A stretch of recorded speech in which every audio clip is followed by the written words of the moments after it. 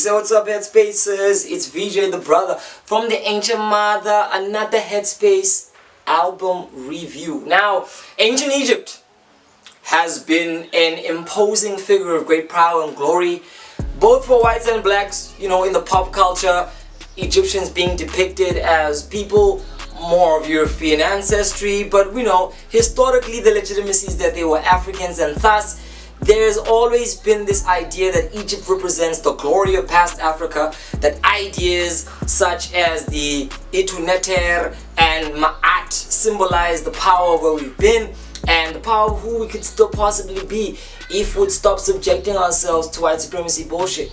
But anyways, enter Neteru, a project by Teru, who also goes by the name of Caps the Neteru, enters us into a framework that is very much about mythological archetypes. This is one of those projects that zaps you in the midst of a dirty, grimy cipher with cats wearing scrawny clothes in a very dingy corner somewhere with a lot of them holding their crotch, somebody beatboxing, and rap just flowing in the atmosphere of stream of consciousness lyricism. Now, those of us who are kind of akin to hip-hop and rap lyricism know that in the golden era there was a niche of rapping which was about rap for rap's sake.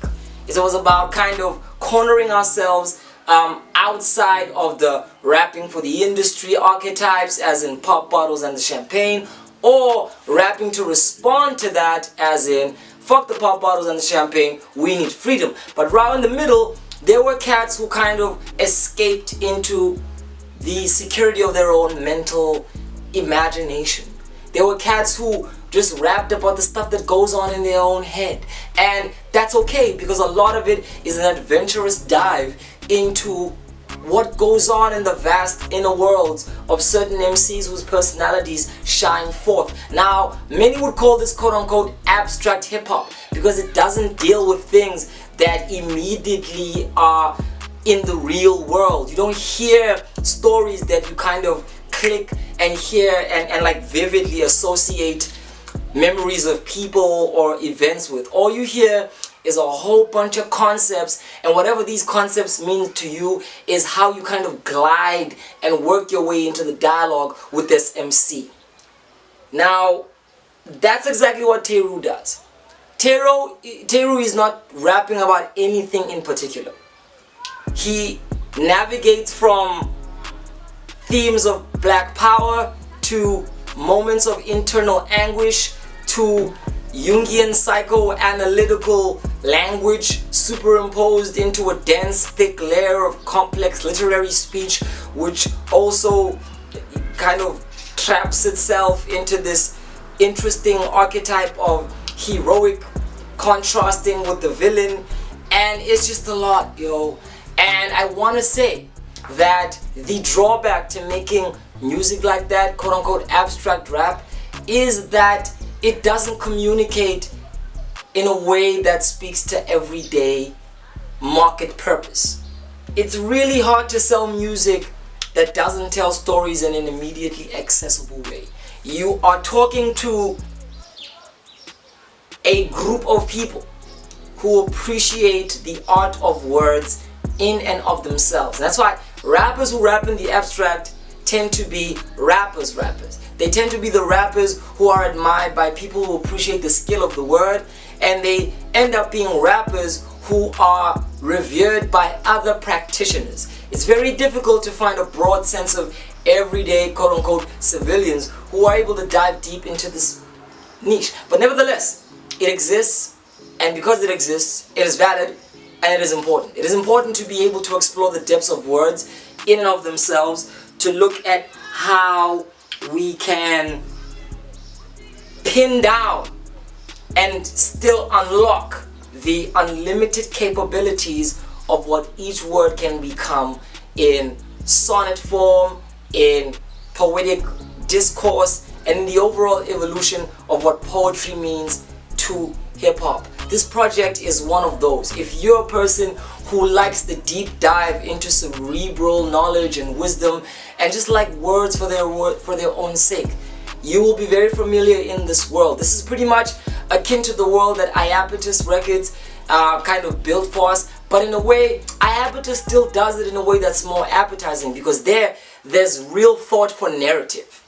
Teru doesn't have narrative.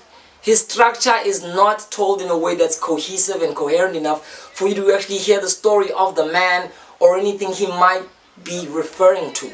The references flow out, and to even quote him in one of his joints, joint number 10, Black Butterfly Formation, he says, "As I emerge from a sphere of concepts in abundance, all within, so I had to part ways with being redundant." He kind of knows that he's not talking about anything in particular. Concept in abundance. And he's enjoying himself. And that's the one thing that kind of redeems this project, is that it's a rapper who doesn't give a fuck about pinning down his rapping to any kind of accessible story archetype. He just loves rapping. And if you love rapping for rap's sake, you'll appreciate what he's doing. Does he do it well? Of course he does it well. He's got this kind of aggressive rasp. He opens up and enunciates himself. Very commanding rapper. An infectious voice to listen to. So again, it's like being in a cypher where you listen and an MC attracts you, and before you know it, you're engulfed in a circle of MCs rapping because they just love the art form. But how long can that keep up? There's a reason why cyphers haven't been able to be lucrative as entities. There's a reason why the cypher is what hip-hop represents in the street, and it's very difficult for it to kind of cross into marketability. Because if we're gonna make the cypher marketable, we're gonna have to make the cypher accessible. We're gonna have to make the cypher something that can speak to people's stories in a general sense. It's gonna have to be more than just MCs referring to the invisible archetype of a whack MC, or just referring to indirect references of their own greatness by giving us metaphors of everything and anything under the sun. It's gonna have to be more than that, because if it's simply just that, then what it is a vanity project for the artist to exercise their own skill. And of course, you have the freedom to do that. But in the context of distributing music, this is a project that doesn't come across as a viable way to kind of bring yourself across. This is not Teru's story. This is just Teru rapping and rapping because this is what he loves to do. So it's definitely not a project that I can judge in the context of marketability, because if I would, then it would hold a 0 out of 10. There's just no way that this project can speak to an audience accessible enough for us to even understand who this person is. But does that even matter? I think ultimately with art, it doesn't. People make art for a whole bunch of different reasons. I think that here, Teru understands that he's just making art for himself. It feels as if there's no broader ambitions to have fans or to have a following. It's just a cat who has the opportunity to try things out, to play. And can we do that? Do we have a right to do that? Of course you do. It's your art. It's your gift. Cradle it. And I think it's good for MCs to kind of have intervals where they're just creating because they want to create, because they want to interface with their own skill, and when they're ready to give that in a form that is packageable. So this is definitely like a premature baby. It's a process where the formation of who Teru is as an MC is kind of still being under construction in the context of what rap is and what rap can do. But is it a fully fledged album that can be born and given to the world? I do not think so. So I'm going to judge this on the merit of what I always do. What is the artist trying to do? The artist here is trying to just simply be themselves and to have a mirror that gives them a sense of where they are in the context of their own rapping skill. It's a vanity project. And if you like listening to another cat rap just because he likes hearing himself rap, then maybe you'll like this. But ultimately, I've got to give this one a 4 out of 10 because it would have been more triumphant had it had a broader sonic scope. But it seems to be bottled in this kind of old school, fuzzy, warm, jazzy atmosphere, which is an easy canvas for Teru to kind of just splurt his stream of consciousness word salad, as profound as it is in its literary devising. But the world that he builds isn't big enough for us to appreciate the capacity of the words he uses. Plus, in the South African context, if you're gonna do music like this, if you're going to be creating rap like this, there's gonna have to be a kind of level of awareness as to who it really speaks to. So I think ultimately there is a sense where this project gets very lost in the context of what South Africa is and could be. It's pretty much a project that you could easily hear from a Brooklyn MC in the inner city, because again, it plays with these tropes of the glory of ancient Egypt. It doesn't speak in an immediate tone that says South African, that says where's this young man from, why does he rap, how does he navigate his identity as an African. It's very broad and kind of filters more into Africa in the global diaspora sense than Africa in a very unique located sense. So again, 4 out of 10 from me,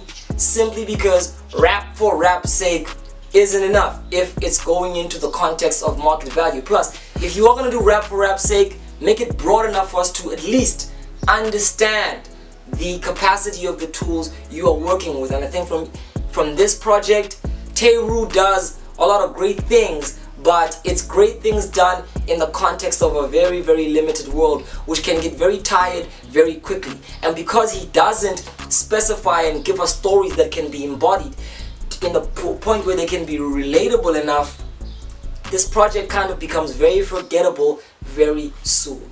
My name is Viwe, the brother from the ancient mother. I'm losing my voice. It must be the curses of the gods of Egypt for me shitting on this project. Just kidding. I think it is what it is. And if you like what I'm saying, if you don't like what I'm saying, if you want to engage with me on it, please do. I love MCs because if you love the art form, it will be pretty evident to hear it as you rap. And as I said, Teru loves to rap. But I think he still needs to ask himself the very important question of who is he rapping for? Because in this project, he's rapping for himself. Because there are very few people outside the context of people like him who will listen to what this is all about. And what is the whole purpose of MCing if not rocking the mic, if not managing an audience that doesn't have to be identical to you, but just has to relate to the general human experience?